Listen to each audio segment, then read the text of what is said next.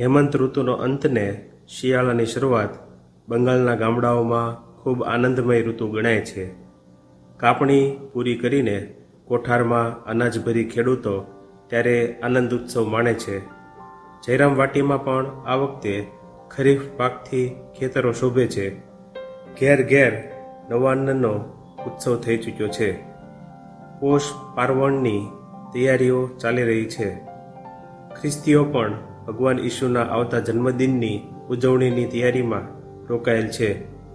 આવે વખતે સને 1853 22મી ડિસેમ્બર અને ગુરુવારે રાતના જ્યારે બધા ગાઢ નિદ્રામાં પોઢ્યા હતા ત્યારે 2 ઘડીને 9 પળ વીત્યા બાદ શ્રીમાં શારદા દેવીનો જન્મ થયો. આ શુભ સમાચાર શ્રી રામચંદ્રના ઘરમાંથી શંખનાદના મંગલ ધ્વનિથી ગામના લોકોએ જાણ્યા. સમયસર જોશીને બોલાવીને તેમની જન્મકુંડળી કઢાવવામાં આવી. તે પ્રમાણે એમનું નામ શ્રીમતી ઠાકુરમણી દેવી રાખવામાં આવ્યું. બીજું નામ પાડ્યું શારદા દેવી કે જે નામથી તેઓ વિશ્વવિખ્યાત થયા. એ જ નામ હવે ટૂંકાવીને શારદા થયું છે. નામકરણ વિશે સ્વામી ગૌરીશ્વરાનંદે માતાજીને એકવાર જયરામ વાટીમાં પૂછ્યું હતું, માં, આપનું નામ શું આપના માતૃશ્રીએ પાડેલું? તેના જવાબમાં માતાજી બોલ્યા, ના બેટા, મારી માએ નામ રાખેલું ક્ષેમંકરી. મારા જન્મ પહેલાં મારા એક માસીબા જેઓ તે દિવસે આવ્યા હતા તેમને એક દીકરી જન્મી ત્યારે માસીબાએ મારી માને કહ્યું કે મોટી બહેન, તારી દીકરીનું નામ બદલાવીને શારદા રાખને. તેથી મને થશે કે મારી શારદા જ તારે ત્યાં પાછી જન્મી છે ને એને જોઈ મારું દુઃખ હું ભૂલી જઈશ. તેથી મારી બાએ મારું નામ શારદા રાખેલું. શારદા દેવી એમના પિતાનું પ્રથમ સંતાન હતા. તેમના પછી યથાક્રમે કાદંબિની નામની દીકરી અને પ્રસન્નકુમાર, ઉમેશચંદ્ર, કાલીકુમાર, વરદાપ્રસાદ અને અભયચરણ નામના 5 પુત્રો થયા.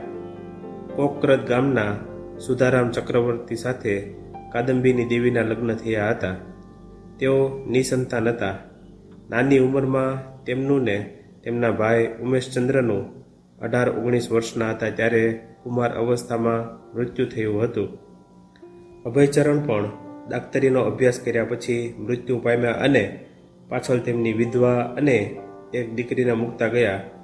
એમની દીકરીનું નામ રાધા રાણી, જેમને વિશે આગળ ઘણું જાણવાનું રહેશે. બીજા ભાઈઓ કમાવા માંડ્યા પછી પોતપોતાના જુદા ઘર બનાવીને રહેવા લાગ્યા.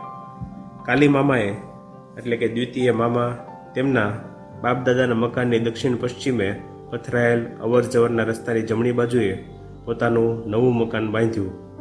વરદા મામાનું એટલે કે વચેટ મામાનું મકાન કાલી મામાના મકાનની વાયવ્ય દિશામાં છે. શ્રી માના ભક્તો તેમના ભાઈઓ તથા ભાભીઓને પોતાના મામા તથા મામી તરીકે જ ગણે છે ને તેમની દીકરીઓને દીદી અથવા બહેનો કહે છે. આ પુસ્તકમાં તેમનો ઉલ્લેખ એવી રીતે જ કરવામાં આવ્યો છે. આ મકાનના નૈઋત્ય ખૂણામાં રસ્તાની સામી બાજુ કલુગેડે કરીને તળાવ છે. એનું પાણી મામાઓના રોજિંદા કામો માટે વપરાય છે. માતૃ મંદિરની દક્ષિણ દિશામાં ને કાલી મામાના મકાનની ઉત્તર દિશામાં પ્રસન્ન મામા એટલે કે મોટા મામાનું મકાન છે.